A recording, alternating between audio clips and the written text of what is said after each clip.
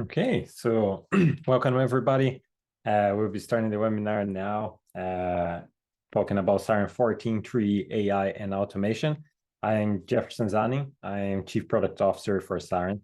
I oversee our product strategy and roadmap and work with customers to make sure we have the best of the technology we have available to power investigations. And I'm joined here today by Hilary Lowe. She works in our professional services team. She works with a number of our different accounts, including one of our major accounts in the US. She will talk about it a little bit more in more detail later, but I'm happy to have her on board to give us a little bit more the perspective of the analysts and end users as well on how all of this is coming to fruition. Right? So if we quickly have a look on what we'll be covering today, we'll start talking about automation, how this can impact investigations and how this streamlines the flow of analysis, and then followed by producing a report from a link chart using AI, another great way to automate both insights about the graph, but also products that need to be delivered. And then Hilary will follow that up with how people can collaborate then and use shared workspaces to work together and facilitate investigations. And after that, she's going to go into how to create a very professional link chart, adding custom styling and custom information to your link chart to compose a final product that can then be delivered for a wider audience. All right, and then last but not least, we want to hear from you. So if you have any questions, curiosities, or things you want to know about the technology or how Siren fits, how could this work for your organization, feel free to drop us a question there, and we'll be going through all of them, and we'll make sure to get you the info you're looking for. Okay, so what is that we'll be covering today? What is it all about, right? So Siren automation, this is really to bring people from the beginning of their journey, right? When they are looking for information. So they're starting their search, gathering a lead. This could be looking into a vehicle or a document or an individual itself, and trying to find a place to start, right? A place where you're gonna unravel the thread and find out what is the main points of the investigation and how things come together, right? Once you've found and collected that data, then you move into the connect stage, right? Which is where you're going to be seeing how things are connected and related, what kind of relationships they have. So people might have vehicles that they own. These vehicles might have been spotted in traffic cameras. Then there might be incidents in the vicinity of these traffic cameras around that time. So creating these connections and providing insights into the data that you originally found, right? Now, there's a number of techniques and processes to do that, and we'll show how automation can impact that flow and make sure that analysts are getting the best out of that investigation. And then once you've identified the most comprehensive network of data, how it's interconnected, all the small details that bring this case together, then it's time to report on it, right? Now, once we have identified a specific case story, then we want to make sure it is easy to consume for other people that will be interacting with this investigation, be it our own colleagues inside the organization, command staff, or even other agencies that might collaborate with us in different capacities that need to consume these reports to go through the next stage of the investigation, right? So this makes the full cycle where we start from the leads, build the case, produce a report, and deliver it for actionable intelligence, right? So this is the full cycle of the investigation in a simplified manner, right? Some places like to break it in 5 stages, some places like 3, some places have 8, but overall, this is the flow of most investigations and we're covering all of these through automation. Now, based on past research like we have conducted with our accounts and investigators, 92% of these investigators have reported that they are highly frustrated by the time it takes to actually do a lot of manual work. And this work is often collecting data from different systems, bringing it together in a manual fashion and trying to uncover leads and how things are interconnected through a quite laborious process.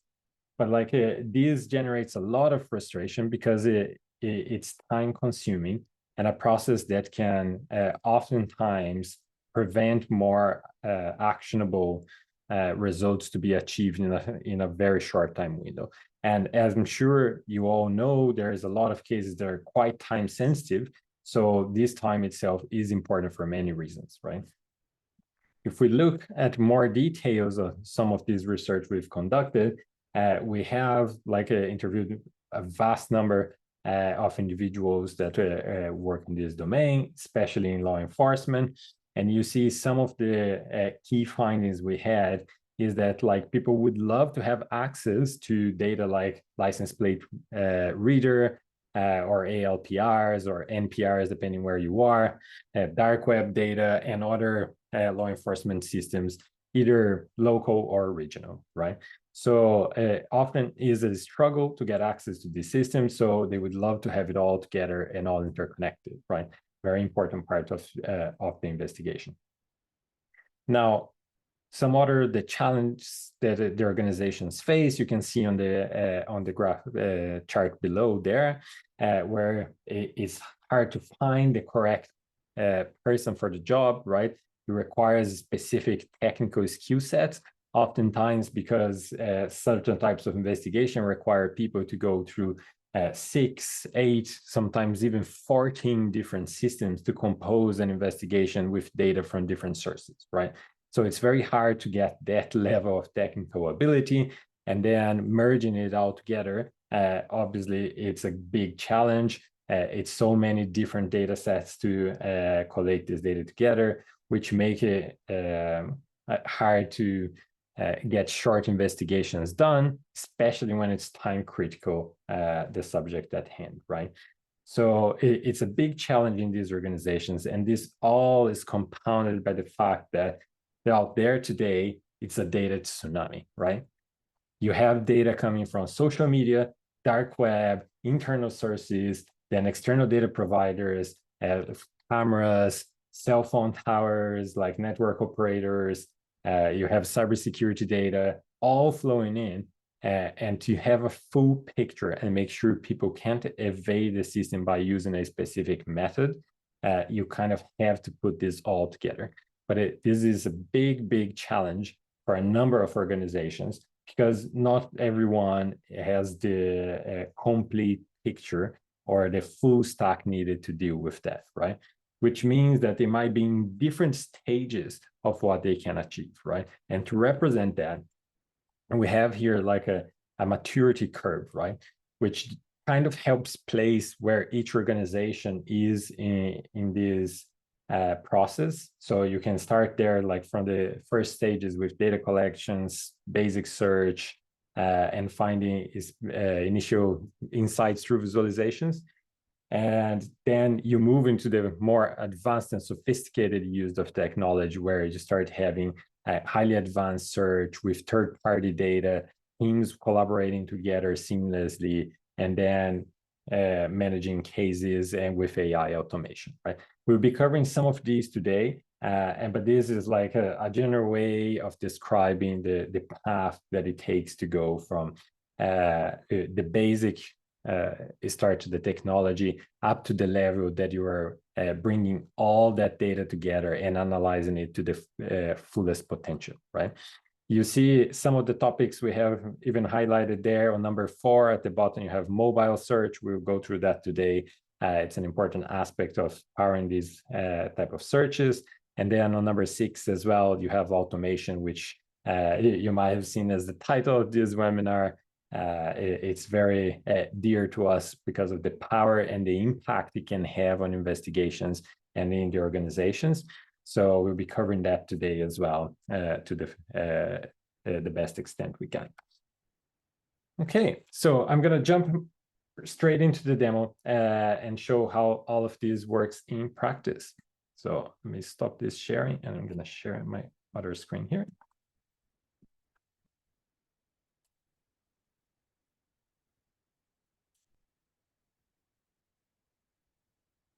Okay, all set. And here we go. I'm going to open a space here. Hillary will cover more about this later, but I'm just going to access a specific data space where we can do our activities. And it starts pretty straightforward here. I like to start from this dashboard just to show how a basic dashboard can help you see data, right? This is what Siren has been doing for a long time, very analytical kind of view of incidents in San Francisco. This is actually from a real data set that San Francisco police makes available. So we just loaded those incidents, and you can very quickly see like hotspots on the map here. You can see the patterns. I always find it interesting that like apparently criminals no longer want to work long hours. They are sticking to business hours, so they're getting lazier and lazier by the day. So especially like burglary and motor vehicle theft, that are the primary crimes, you see that it happens mostly like between 1 p.m. and like 4 p.m. here, right? So you can get this type of view very quickly. You can slice this data in any way you want, and it all comes together. So if I wanted to see only a specific region here, I can highlight that, and you see it, then the crime pattern will then be localized to that region only. You can see the different trends here now popping up, a slightly different time windows where people are operating and so on. So this is like it can get quite advanced. Like you can slice the data in very sophisticated ways and really find the data you're looking for. And we had all this power under the hood that we now wanted to deliver to a much wider audience, and not just people that do this type of sophisticated analysis, but we wanted to deliver the same richness of information to a very large number of people inside an organization, right? And to do that, we had to make it easier to consume. And that's exactly what we did by introducing search, right? And the search can start like from a very, very simplistic starting point. For example, just a search bar like I have here. So if I use this to search for a person, for example, Mary Doe, it will screen through all my data that I have collected inside the organization from multiple systems and bring me the most relevant results. And you see, I immediately see here like Mary Doe, and then after her, like I'll see other records that maybe match a little bit more loose, someone that could be related like Gary Doe and so on. But it not only brings me the record of Mary Doe, but it also brings connected information. So it goes back to that power I was talking about. It's actually putting data together for you. And you can see Mary Doe and her vehicles that is coming from a different data source, right?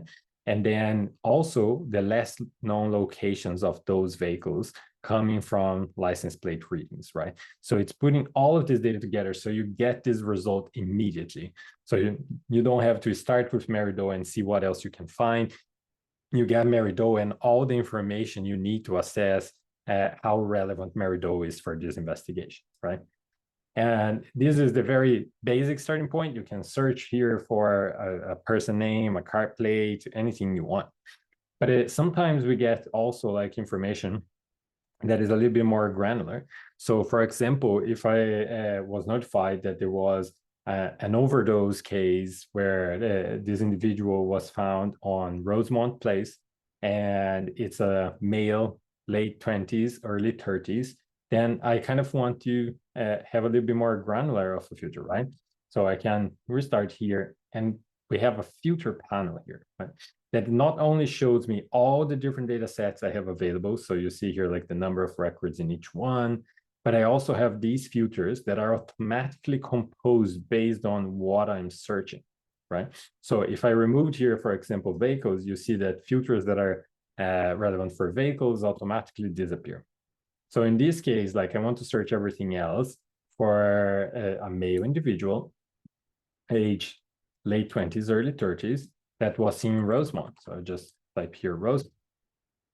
And then that immediately searches across the whole database. It has found 4 person records here that match those characteristics.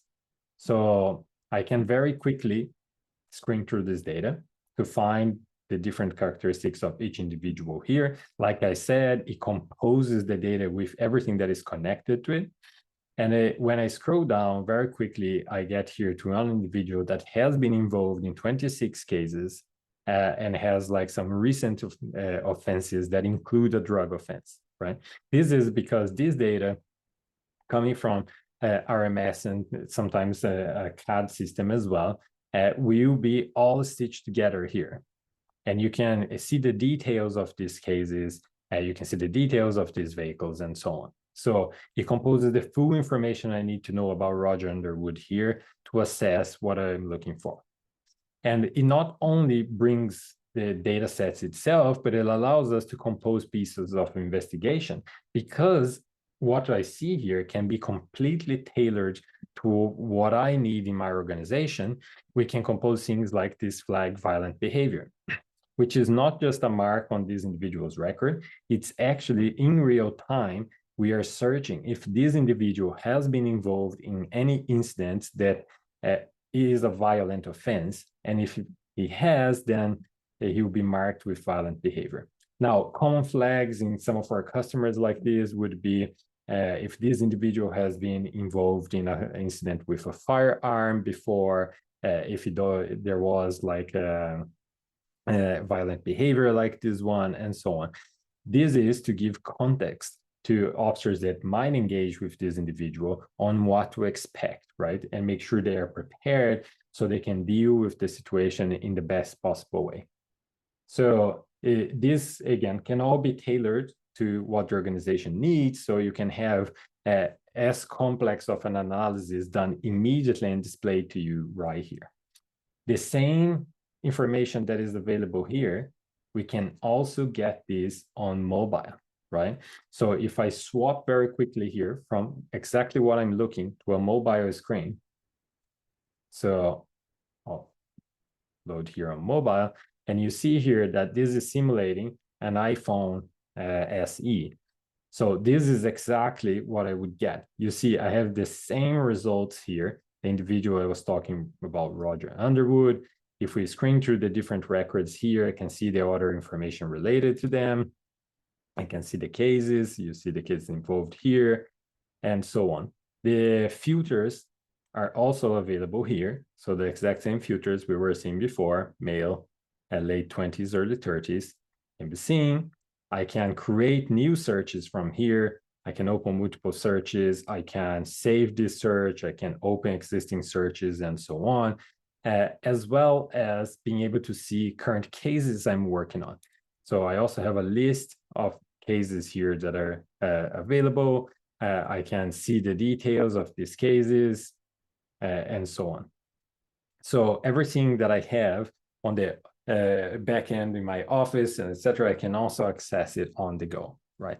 And this is to facilitate officers that need this information while outside engaging in certain investigations, or there is an emergency and they need to quickly look at this data to make sure they will be safe in a certain circumstance. Then that access is available in its full capacity. Now, if I revert back here to our full screen, once we find information, like I said, we go from search, connect, report, right? So once I find information, I probably want to collect all the records I'm interested in. In this case, I'm interested in Roger Underwood, and start my investigation. And I can start an investigation with just Roger Underwood here and say, copy this selection and create a graph for me, which will create a link chart, right? So I can start my investigation like that. However, since we're talking here about automation, I can do a lot better than that.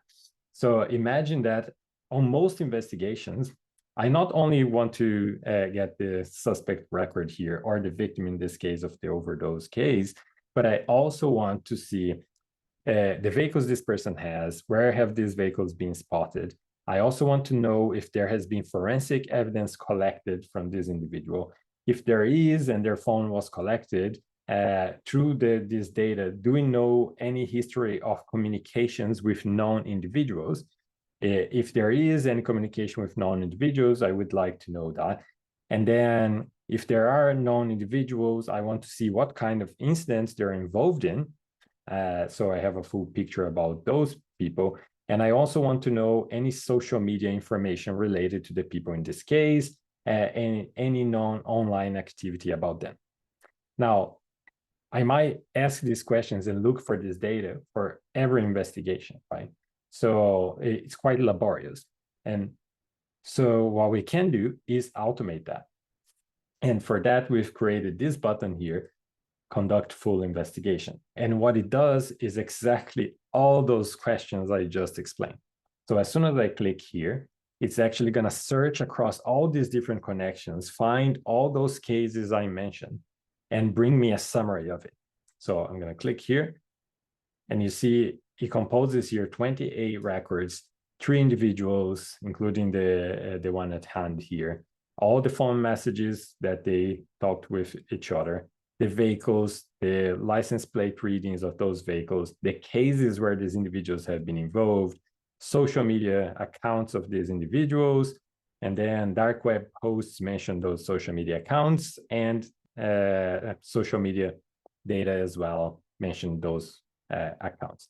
Now, this seems interesting to me. If I wanted to include or exclude data, I can manually do so here, but I'm going to include everything, and I'm going to create here my webinar investigation AI.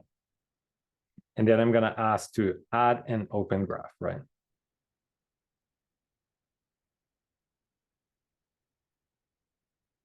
Okay. Now, it gets all that data from the summary, puts it together in a link chart with the connections it found, and shows me here like a full picture of everything I've asked for. Now, I have all the messages here across the different devices. I have Roger Underwood, which was our suspect. I can look at these threads of communication to see more details. So I can see their full chat here. So like, hey, got their info. Let's talk on Telegram. Good chat, got their fatty, and so on. I can screen through their communications. I can go into the details of every record by hand if I want to. Or I can see like timelines. So if I wanted to see how these progressed, you can see here like the timeline of events, trying to include the connected records as well. I can choose to do so show nodes without time as well. So I can see like the timeline progression here of how things developed over time. And I can shift this perspective also to a map. So I can do the same view here now with the camera location where it was spotted, the different incidents across the city. And again, I can work with the timeline to see how things progress over time, right? So the best perspective that suits what you need, you can go through. Or if you actually want to be aided by the system and you would like this is to help you understand some of this data and maybe even help you start producing a report about this, what you can do is you can select as many targets as you want here. I'm going to select Roger Underwood and ask me to write a graph report for me. And what we are doing here is we are integrating them with a privately deployed large language model, similar to what people have been used to using GPT. And we are compacting this graph, then creating a prompt and asking it to write a specific report that summarizes the data in this graph, right? So we have it here, a report now.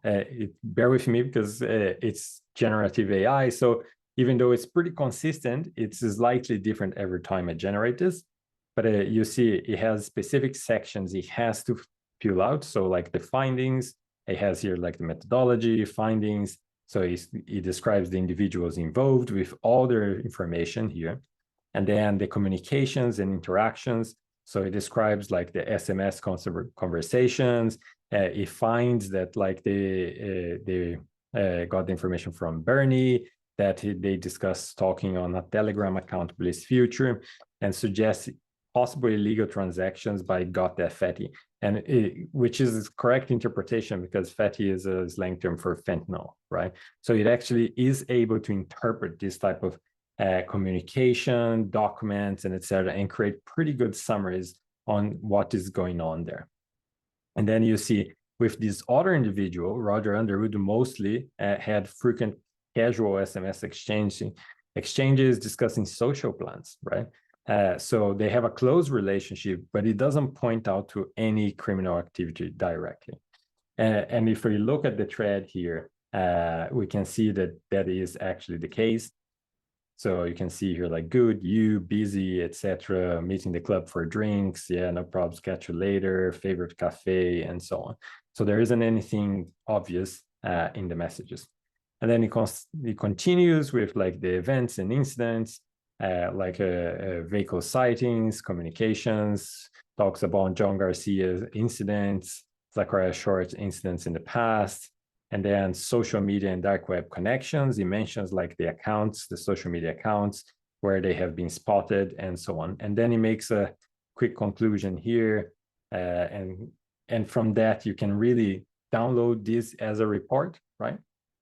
And then you can continue writing like in a Word document, for example, or you can use this simply to help you understand the graph. So if you got a graph that there's a lot of data that you're not familiar with, this might be a good way to get started with it, but you can also use it to produce an automated report to start your investigation, right? So it's just a very good way to do this type of collaboration. Now, from here, once I'm happy with the work I've done, like I think I found enough leads, I understand what's in here, I actually want to get this graph now that I've created. You see that is in my private space here, and I want to actually save them, and then I'll share this. And now I've shared with everybody that is in the same workspace that I am, right? So this workspace is called Search, where we are working on. So there's a group of people, and everybody that is collaborating in this investigation now will have access to my webinar investigation. So that's where I'm gonna leave on this part, and I'm gonna hand it over to Hillary that will show how she can pick up where I left off and actually do all the magic and make things consumable and easy to understand. Over to you, Hillary. All right. Thanks, Jefferson. So hi, everyone. My name is Hillary. Just a bit of information about me. I have a background in intelligence analysis where I worked at the LA Sheriff's Department, and then later on at a fusion center in LA. And as Jefferson also mentioned, I'm currently leading an implementation with one of our largest clients in New York at the moment. So as Jefferson mentioned, I'll be focusing on the last piece of the analyst cycle, right, the reporting piece, where after you've done all your searches and investigations, you now need to create a custom product for your findings for dissemination. All right, so I'm going to go ahead and share my screen. All right, so just to pick up where he left off, he shared, right, his investigation, and now I can see it on my side. So I'm going to go ahead and click into that. All right, so this is Jefferson's investigation. So let's say, he's finishing, his piece, and then he put it into a shared folder, and then let's say I decide to pick it up, and now that we're working on the same investigation, I can add my own information. So I'm going to be focusing mainly on all the different formatting and editing features that we've built for our graph browser. There's going to be like, colors, highlighting, adding your own text, making icons larger or smaller, adding new nodes and edges, and, a ton of different styling options. So I'm just going to go ahead and just focus on, I don't know, let's say like Roger Underwood, since he's our main guy. I'll do a lot of my, configurations around him. So, so since he's our person of interest, let's say we can start highlighting him in red. Right, so I'm going to go ahead and focus most of my clicks around this little edit part of the toolbar. I can go ahead and style him now. So let's say I can go ahead and change the color of him. Right, so right now there's nothing.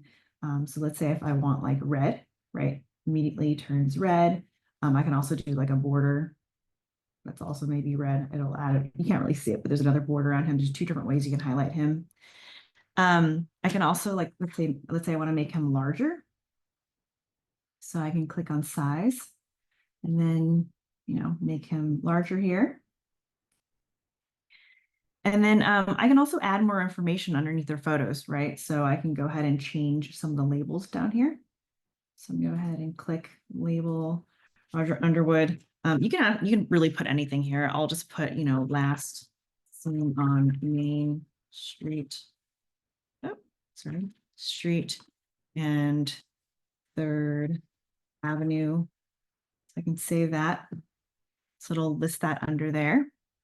Another thing I can do is add new nodes and edges, which will allow the analyst to, add information that's not pulled directly into Siren. So let's say I want to create a new local node over here, and I can click and just, decide on what kind of icon I want. So let's say I want to, say he has another vehicle. All I have to do is click vehicle. I click on the graph to now add it to where I want. And then let's say now I want to also create a local edge to connect it to him. So I can click here, local vehicle. Now let's, change some of these things. So let's change the label on this.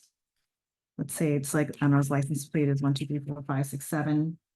Let's save that. And then let's go ahead and change this local edge as well. Let's just say last seen in last seen in, let's save that. And then you can also change, the edge style as well. So let's say instead of a solid line, let's say someone told this to me, like a confidential informant told me this. So it's like not completely validated here. So let's say like we can put a dash line, right? So now we have a new last seen in this vehicle with a nice little dashed line.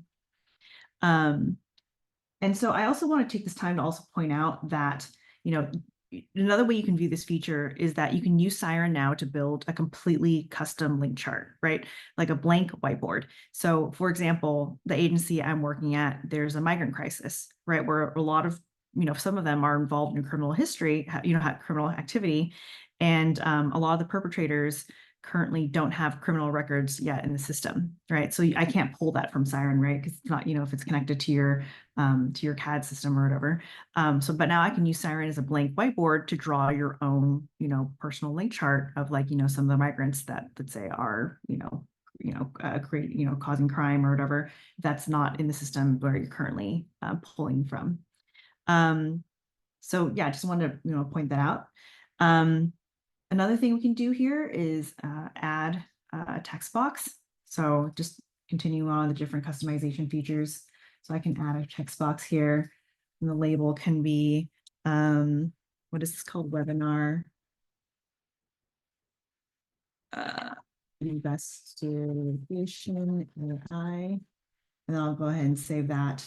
And then from here, I can also just, style this as well. So let's say I want to make the font style larger, right? This is my name of this. We'll keep the font color, but let's say I want to highlight it in like yellow or something.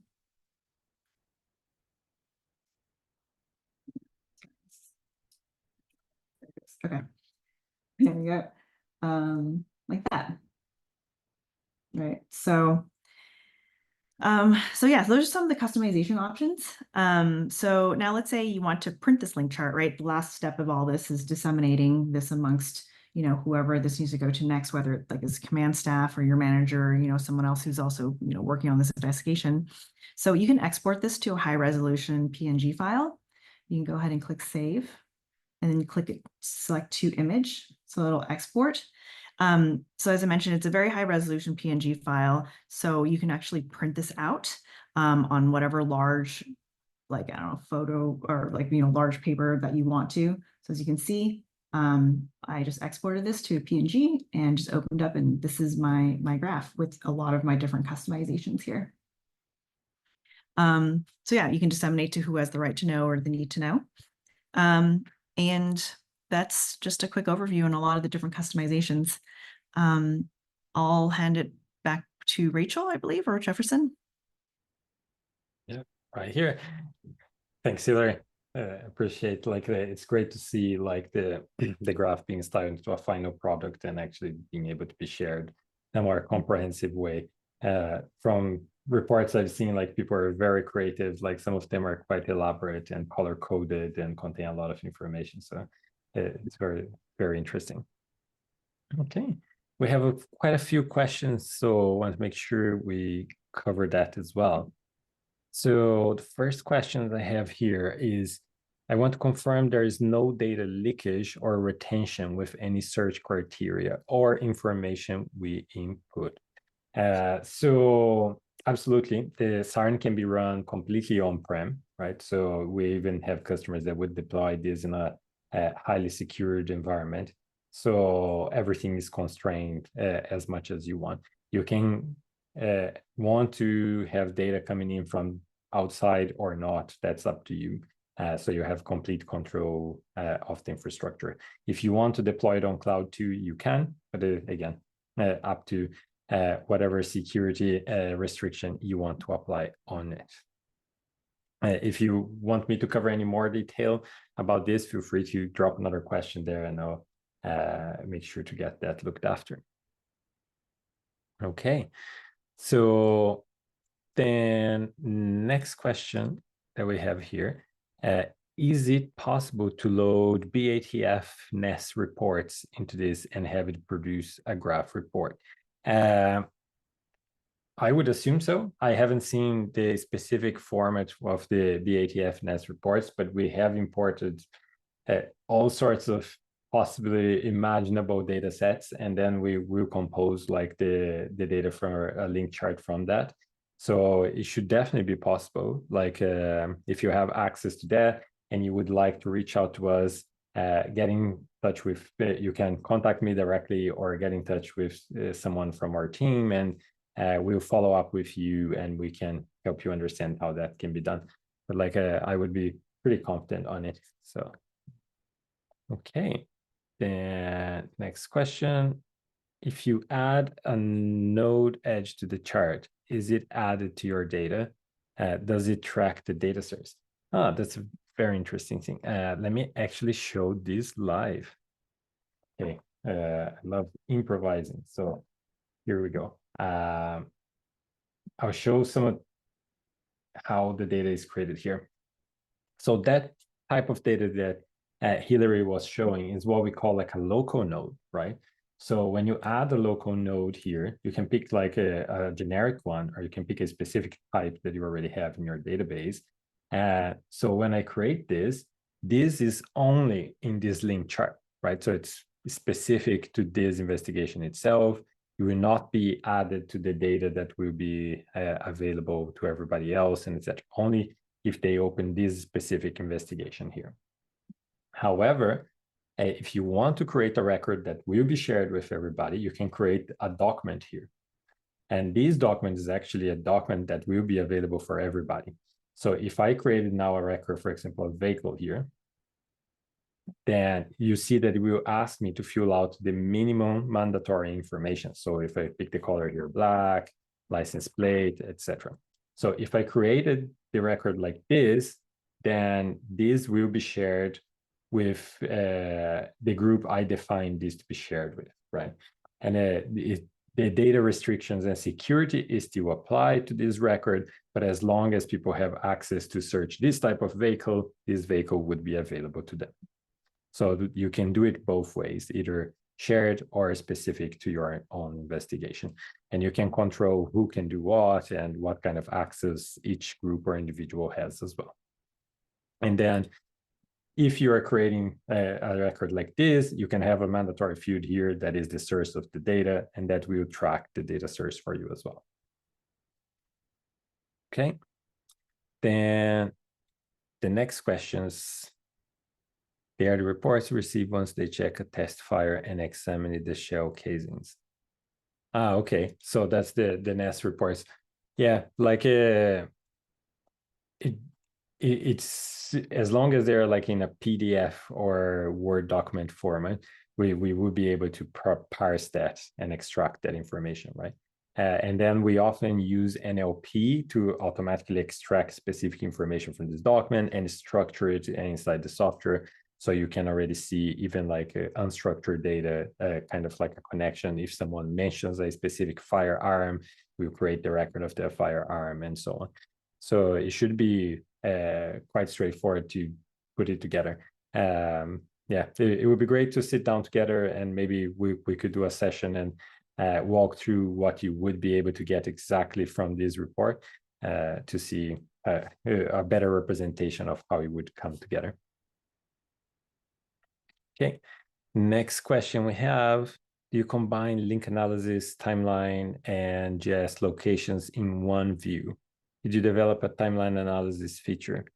Okay, let me cover that because there's two questions. Goes to the other question. Yeah, so if I actually go back to the shared graph here that I had shared originally, then you see that I can swap to the map, and then everything there is a geolocation we show in the map, and then I can enable the timeline, and then everything that has time will show here. And then as I progress, you see here that it shows the records on and off, depending on the timeline I'm looking at. And then you can create like some animated playthroughs. You can ask the system to play back for you automatically and so on.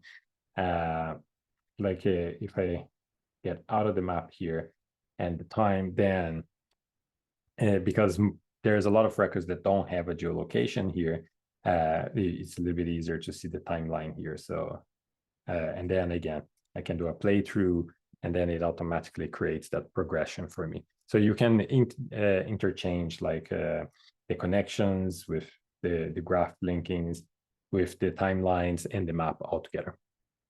And then would manual creation of nodes, edges, and labels be integrated to a specific investigation? Who else can see it?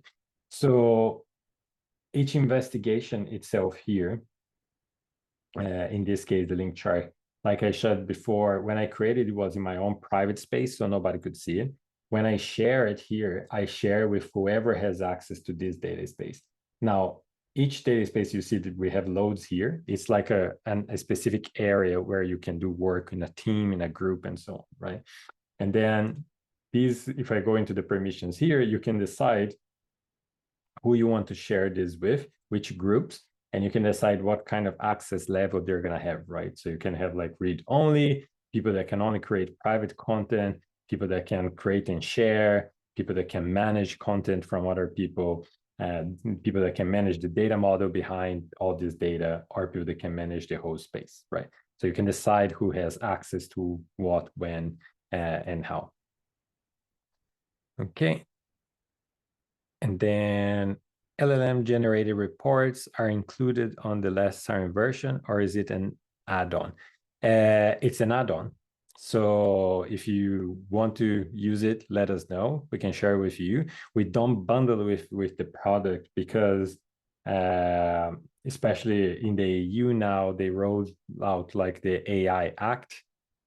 So specific features that make certain uses of AI are classified differently. So we ship it separately just so you can decide which component you want to use based on the regulation you have to comply with, right? So if you want to use something like this in the EU, there's more paperwork. It's still possible, like you just have to do the paperwork. But then in other areas might be slightly easier. So that's why we don't ship it together. Okay, then next question we have here. Are there any extraction NLP capabilities that come with a Siren installation? Absolutely. So we do some level of NLP natively, but we can also integrate with any other NLP solution out there, right? I can actually show just a very interesting scenario here. Going completely unscripted, but I think it's very interesting to be able to see these things.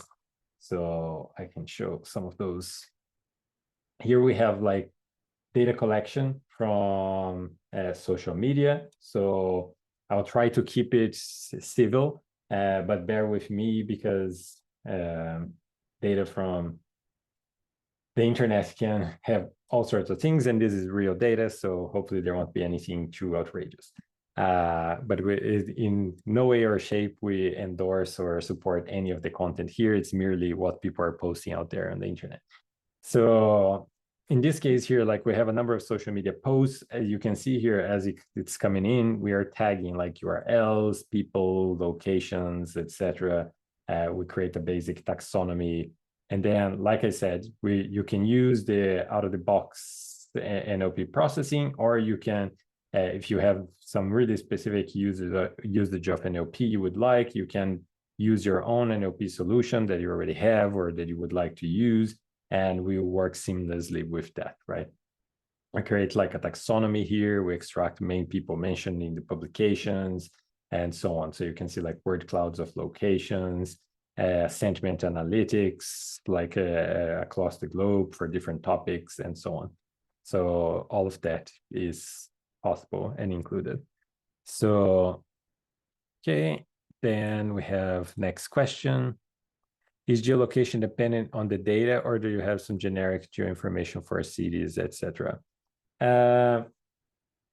We don't have the geolocations ourselves. Like we usually will get the locations from the data itself. So the records normally would contain the geolocation. Like I was showing before, like the crime locations here from incidents from San Francisco, they just have the location where the incident happened. So we understand that and read that automatically, right? So we don't have like a specific geolocation ourselves. However, you can get a lot of that through our integration. We actually integrate seamlessly with Esri data, and Esri has a lot of data for like census information, boundaries, etc., that you can load if you want as well. And that shows us different layers than here. So you can see them separately and stack into your map and so on. A lot of our customers also use their own internal layers. So especially law enforcement would have like the precinct areas, the different boundaries and so on. So that's all possible as well. And then can you please share which Gen AI model are you using and how did you train to do the following? So we don't train the model. We use multiple models here. We mostly tend to deploy them like on a private cloud. It could be deployed on-prem, some of them. But like we have worked with different models. We have used GPT-4, GPT-4o, Llama 3, Phi 3. We use quite a few different models. It really depends on where you want to deploy it, what kind of infrastructure you want, and what kind of results you want to get. But what we've created, we work seamlessly with all of those. With what's going to change is mostly like the format of the output that you are doing and how big of a graph you can use for the interpretation. Yeah, like yeah, like I said, we are not really training the model. We are just doing some clever prompt engineering and architecture with the LLM to make sure we get consistent results. There's ways to force it to be a lot more consistent and not introduce hallucinations in the data. It's never 100% perfect, but you can get really, really close. And it will mostly follow what we ask it to do. In fact, like I could even generate another one just to show you that it's actually consistent. And okay, so while this loads, I'll cover the next question. For out of the USA maps, will Siren be able to use Google Maps as an example? You could use Google Maps tiles if you want to. So that those images in the back there, like could be Google Maps tiles. We've used a number of different ones. We've used Esri layers. We've used OpenStreetMaps. We've used Google Maps. So any tile service that you want like to use in the background, like you can use that as well. Okay. Then just showing the report here again. as you can see, like again, the findings very similarly. Now you see, now this time it actually even knew. Last time it thought was just a suspicious drug activity, but now this time it even got that fatty is a slang for fentanyl, a controlled substance. So it changes it slightly, but it's pretty consistent on the outcome. So it will list here like criminal activities, the incidents that have been involved, and so on, a conclusion, like drug-related activities, particularly the mention of fentanyl and so on. So again, it's pretty stable and consistent overall. Thank you for your answer. It was a bit fast to hear the models. Oh, of course, yeah. So we've used GPT for GPT. We use GPT 3.5 Turbo. We use GPT-4. We've used GPT-4o. All of these with different, because we have all the deployments on Azure as well. We use them in different modalities with different prompt windows. And we use Llama 3. We used Phi 3, different sizes as well. So those are the main ones. We've used a few other ones, but these are the ones that were most consistent.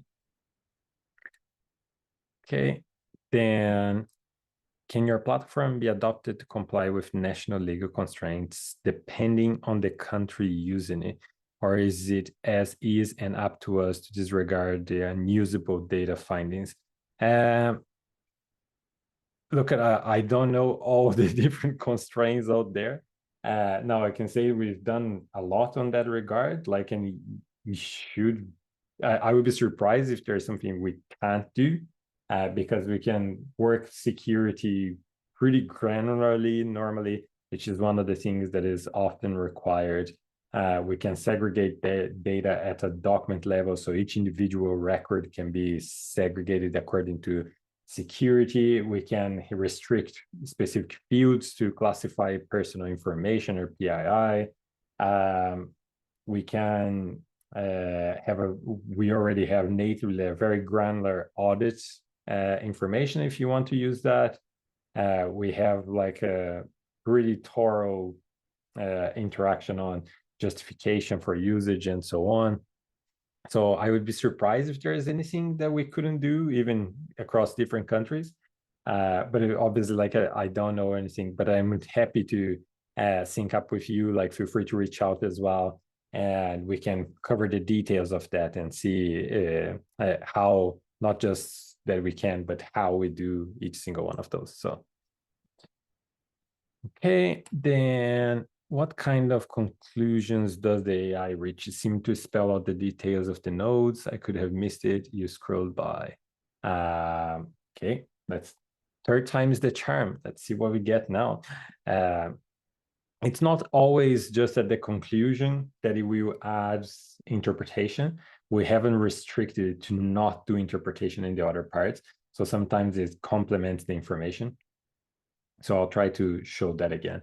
There is nothing in any of this content here that says like, oh, fatty is a slang term for fentanyl, and that's an illegal substance, right? There's nothing like that informing. This is purely interpreting because of the way we asked it to go about the report. So you see here, this is all pure representation. It's just creating a timeline of the data. In this case here, like, there's no interpretation whatsoever here. This seems to be as well like pure data, pure data, pure data. Now, the conclusion here, you see, these are all interpretation now, right? Based out of the data. But it's saying like suspicious communications. Roger Underwood has engaged in conversation with Zachariah Short, discussed information obtained from Bernie, and arranging further communication on Telegram. It's true. Like it screened the data and to find that out, but this is true. And the mention of fatty, and like, again, it's interpreting that it's a slang for fentanyl, suggests potential involvement in drug-related activities. Again, there's nothing in this data here saying that the fatty is a slang for fentanyl and so on. And then vehicle ownership, like it walks through the vehicles, just says that it could be used for transportation or other activities related to the investigation. nothing super insightful there. And then connections to criminal activities. It says that John Garcia has been involved in multiple incidents, including weapons offenses and robbery. It's all true. The instance here, you see a missing person. I'll zoom in a little bit.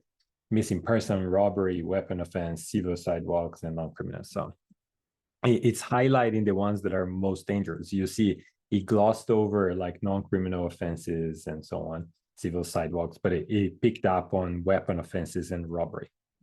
So Zachariah Short has been cited for drug possession, right? These connections as potential criminal collaboration. Yeah, potential, but like doesn't indicate anything. So then dark web and social media, Zachariah Short's social media accounts and dark web activities indicate a possible involvement in illicit activities online. This is true as well. If we go through the posts here, we can see, for example, a post on the dark web, and you see that it's actually advertising high quality Dutch professional, see yourself, fast shipping, Fatty, Apache, Chinatown, Dance Fever, and so on.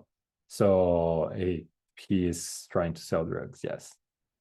So that's really the kind of interpretation it would do. You see that it doesn't say anything that actions that should be taken or things that should be absolutely done. We specifically instructed this. You could change if you want, like the instruction on how to write this report, but we specifically asked it to give insights and leads so someone could further look into things and not to make final decisions about anything. So that's what it's doing here in this case. Okay, I think all the questions I had. We overran 1 minute, so it was good timing on the questions, I guess. Look, I appreciate the time, everyone. It has been an absolute pleasure to spend this time with you. Hopefully it was insightful on what is the power that automation and AI can deliver in investigations nowadays. I would be happy to follow up with you. If you want to know more, reach out to us, and I'm happy to set up like a private session and we can discuss things in more details. Thanks again, and hopefully we'll see you soon. Thank you.